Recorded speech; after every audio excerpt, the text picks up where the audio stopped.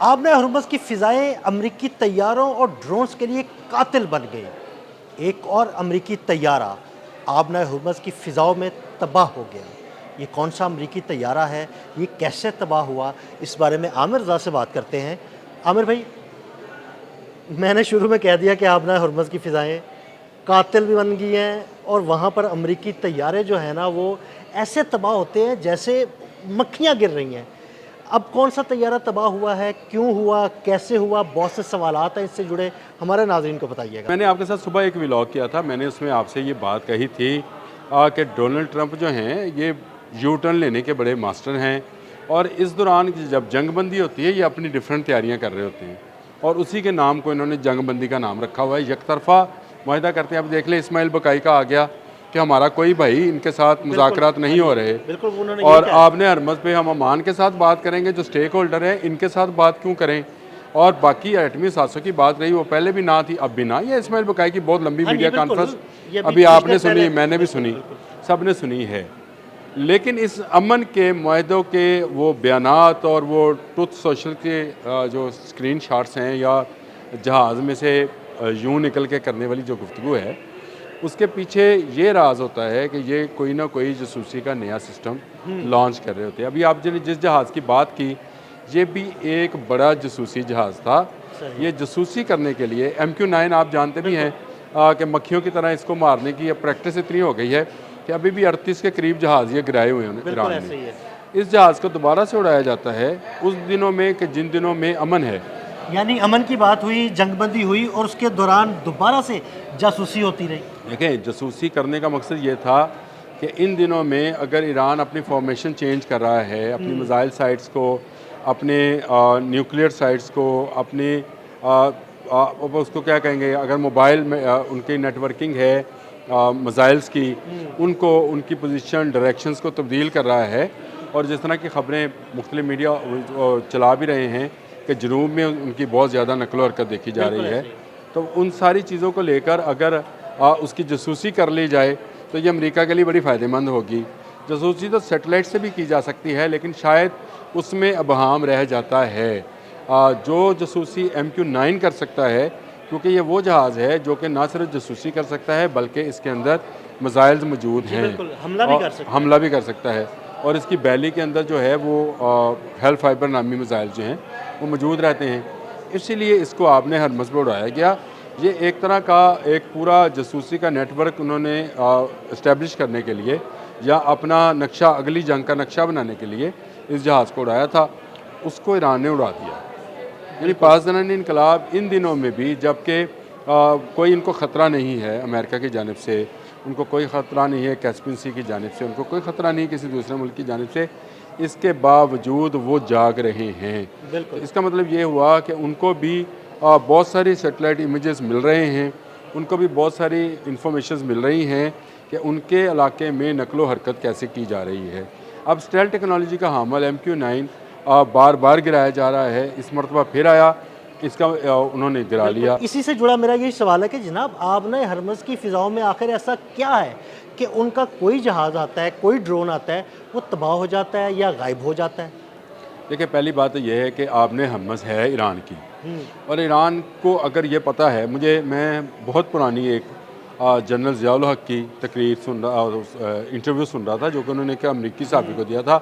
तो उन्होंने ये कहा कि पूरी दुनिया को पता है कि आपने हमस जो है इस पर कब्ज़ा गल्फ़ और फ़ारस पे इकट्ठा कब्ज़ा होगा। बिल्कुल, उन्होंने कहा था कि आपने हरमज़ पर जिसका कब्ज़ा होगा वही गल्फ़ का जो है ना बादशाह होगा। बादशाह होगा। तो इसका मतलब ये हुआ कि इसकी अहमियत से ईरानी बहुत बखूबी आगाह हैं।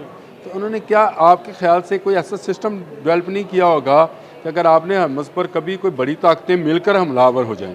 मैं एक बड़ी ताकतों से मुराद मेरी ये है कि अभी अमेरिका, बरतानिया, फ्रांस, तो इसका दफा कैसे करना है। बिल्कुल। तो अगर उन्होंने 79 से लेकर आज 2026 तक इसकी तैयारी कर रखी है, तो फिर वो कैसे कोई जहाज़ आने देंगे। देखें, इनका F-18 यहीं पे गिराया है बिल्कुल इन्होंने, ऐसे ही है। इनके F-16 के मतलब भी यही इतला है कि इसी में गिराया।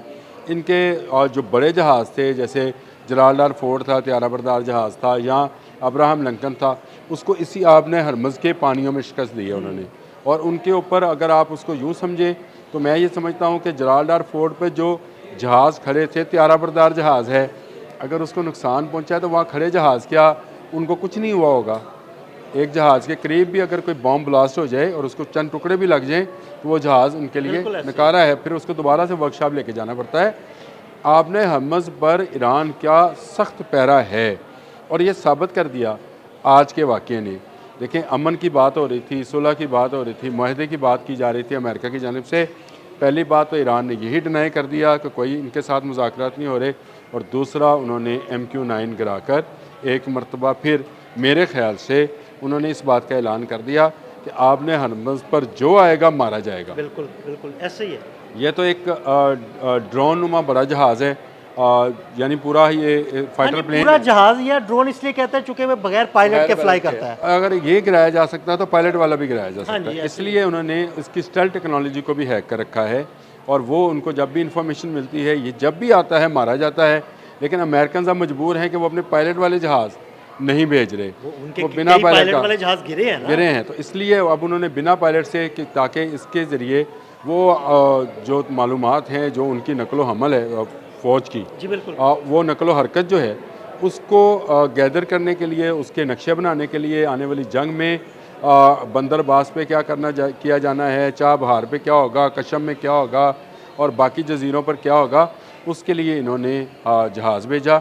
इनका ख्याल था कि शायद पासदारान इनकलाब, क्योंकि आजकल मुआहदे की बात ट्रंप की तरफ से की जा रही है, तो शायद वो रिएक्ट ना करे।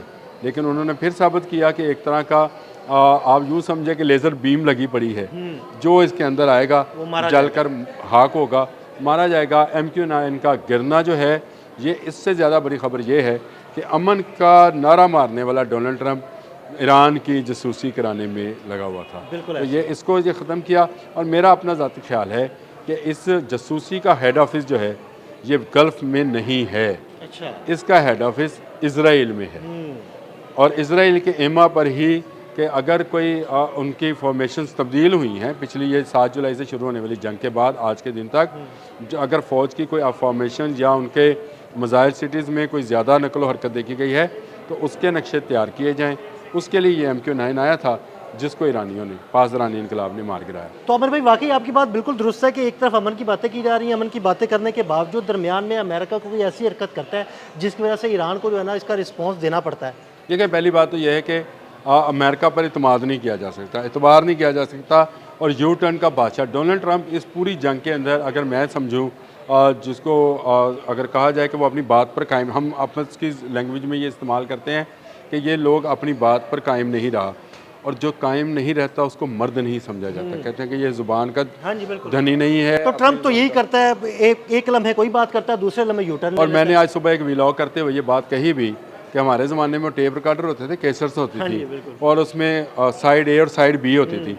तो ट्रंप एक कैसेट है जो कि नेतन्याहू चेंज करता है, साइड A पे जंग लिखी हुई है, वो जंग के अल्फाज बोलता है, वो कैसेट को एजेक्ट करता है, निकालता है, उसकी B साइड करता है, तो फिर उसके ऊपर वो जो है अमन की बात लिखी होती है। कैसेट एक ही है, सही, साइड उसकी नेतन्याहू चेंज कर रहा होता है। बहुत शुक्रिया आमिर भाई ने बड़ी तफसील के साथ इस सारे मामले पर रोशनी डाली। मज़ीद अपडेट्स के लिए हमें फॉलो करते रहें। अदील अहमद और आमिर रज़ा को इजाज़त दीजिएगा। अल्लाह हाफ़िज़।